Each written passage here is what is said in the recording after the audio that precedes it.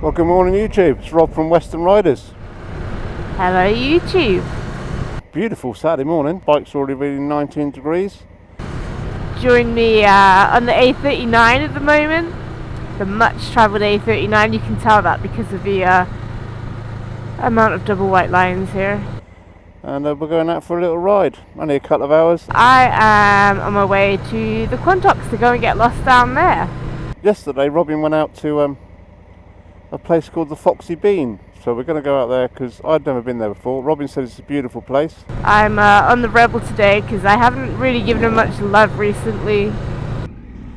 Right, let's get out of Weston-super-Mare because I think Weston's going to be a very busy town today. So we're going to go elsewhere.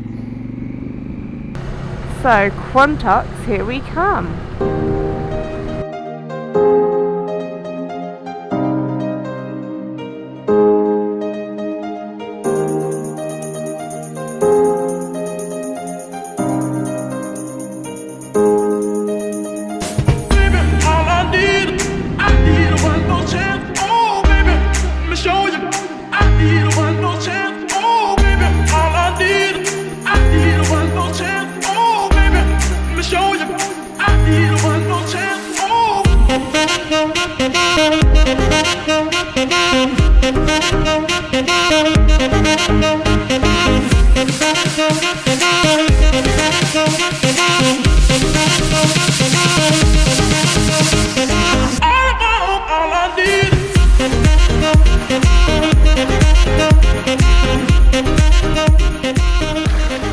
Well, here we are, we're on Foxy Bean. It's a beautiful place. Car park ain't great, but it's a lovely place, and the gluten-free cake is amazing. The location is stunning. So if you're ever up near Addiscombe, I think it is, or Adscombe, up in the Quantocks, come up here. Just put in your sat nav the Foxy Bean. Come and say hello to them. It's a lovely place. Oh, we'll get back on the road in a minute. See you later. Right, that was the Foxy Bean. That's my new favourite cafe. And I'm going up to what I like to call the Bermuda Triangle now. But it seems like the whole world and his wife is going up there today. Last time I went, it was dead. Oh, my life. GS was cut out for roads like this and I haven't brought her up here yet. I am loving life so much right now. You'll never believe this, but when I was pulling up to stuff my face with chai cake and ginger beer, I saw a coach coming out of here. I mean, I know that it's pretty, but what do you do with a coach load of people up here?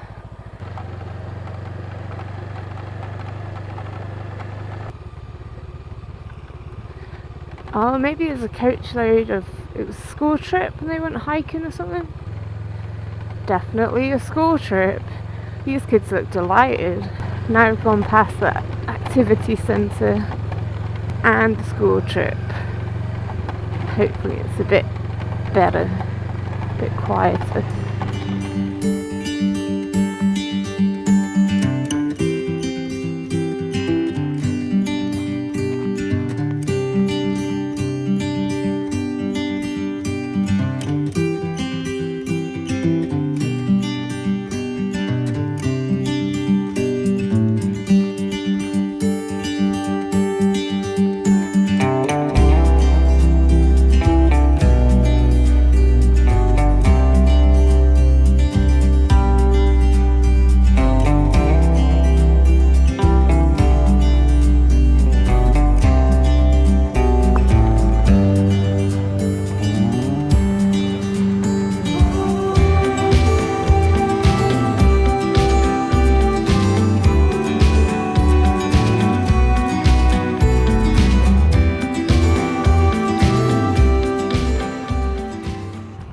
Let's go down here.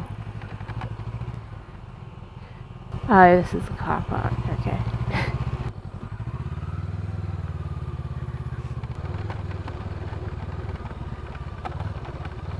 God, the thing about the Rebel is it's so hard to stand up on your pegs and like grip with your legs and not like stand up and put all your weight on your hands through to the handlebars, which from my understanding is not ideal. On the GS, on the GS you can grip the tank and stuff. Don't make me turn around. Just move forward a little bit. Cheers! Thank you!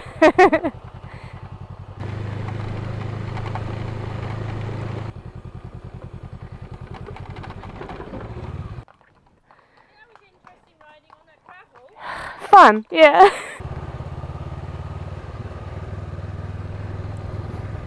Let's go and get lost. Alright, visor down because this is bugs galore up here. I've no idea where I'm going. No sat nav, as you can see. I'm just going off. Well, I must say, the Foxy Bean is very nice. Car park isn't brilliant. Right, where are we going here then? Like right, isn't Do we go uphill? I think so. Yeah, I think there's a cattle good, it's a good sign. Quantocks special.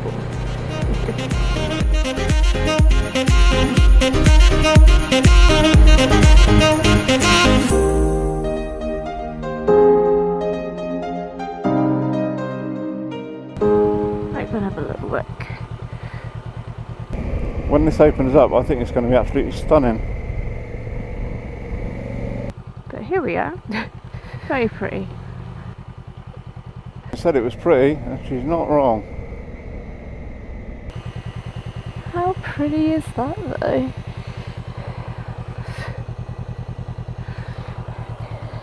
I gotta get out of this place.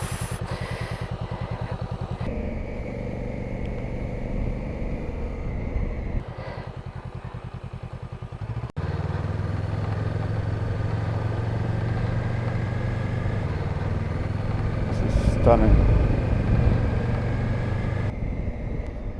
Robin was right, it's like the New Forest.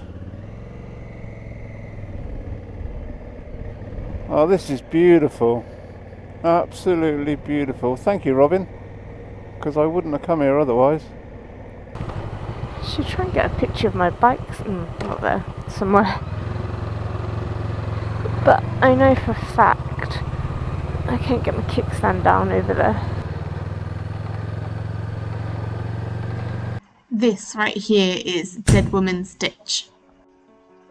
In 1789, the body of Jane Shawnee was found in this ditch here. She was the wife of John Walford, who was pretty well liked. He was a bit of a catch, and he actually fell in love with a woman called Anne Rice, not the vampire writer, and their plan was to marry.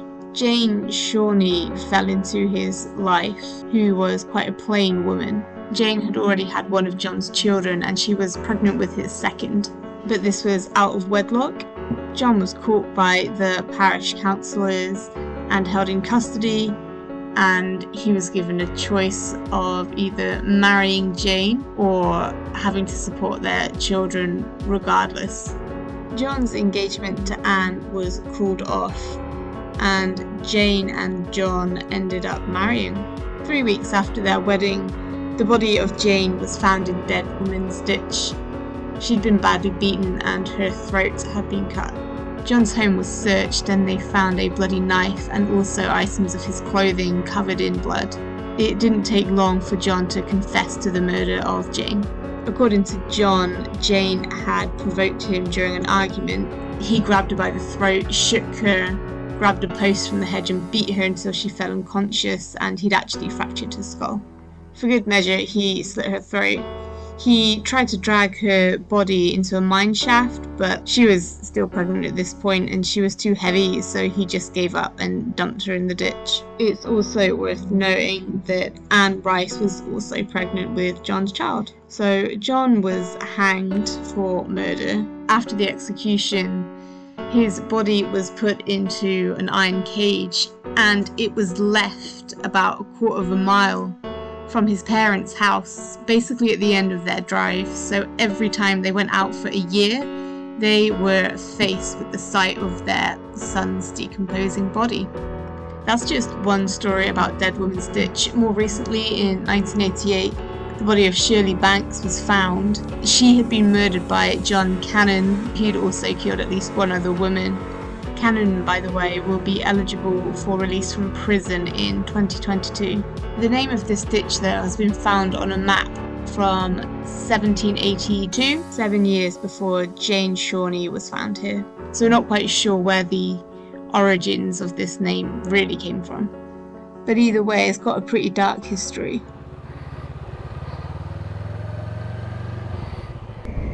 Look at that. That's beautiful. No matter where you look. Absolutely stunning.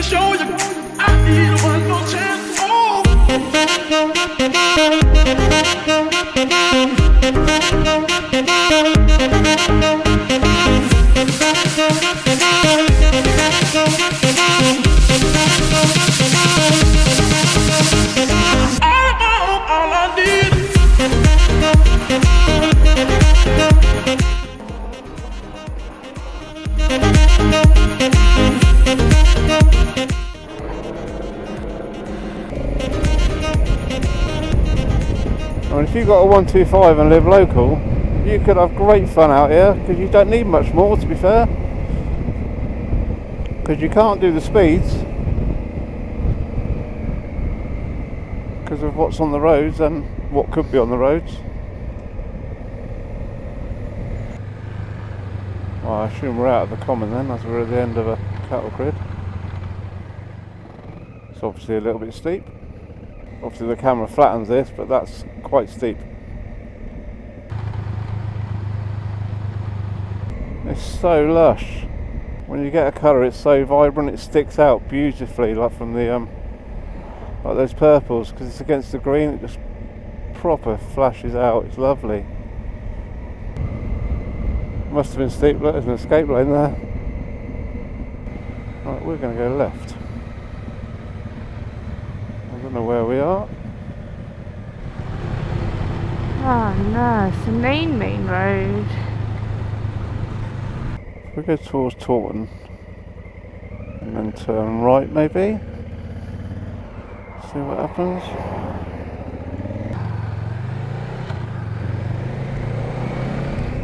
Let's try this one, shall we? I'll go next left.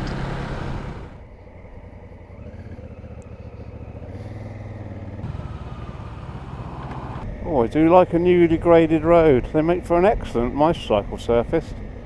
Not. Wow.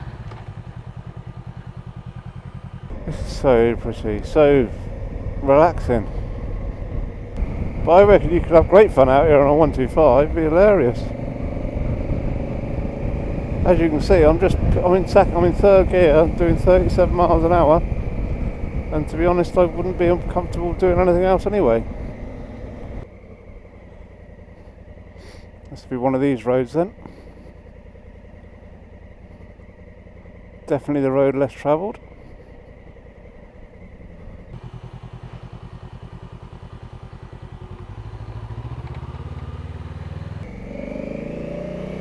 But this is the sort of stuff that both me and Robin like to do, which is why we'd like to do off-roading stuff. We just can't afford to go on courses and stuff like that to learn how to do it, and we can't afford to replace bikes either if we drop them. It's always one. Always one.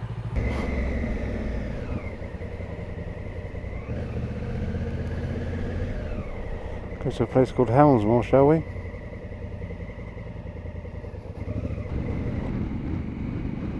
So how many of you lot live in the town and don't actually spend any time in the town? I've lived in Weston-super-Mare now for probably, must be 8-9 years, and I spend very little time actually in the town. I'm always elsewhere.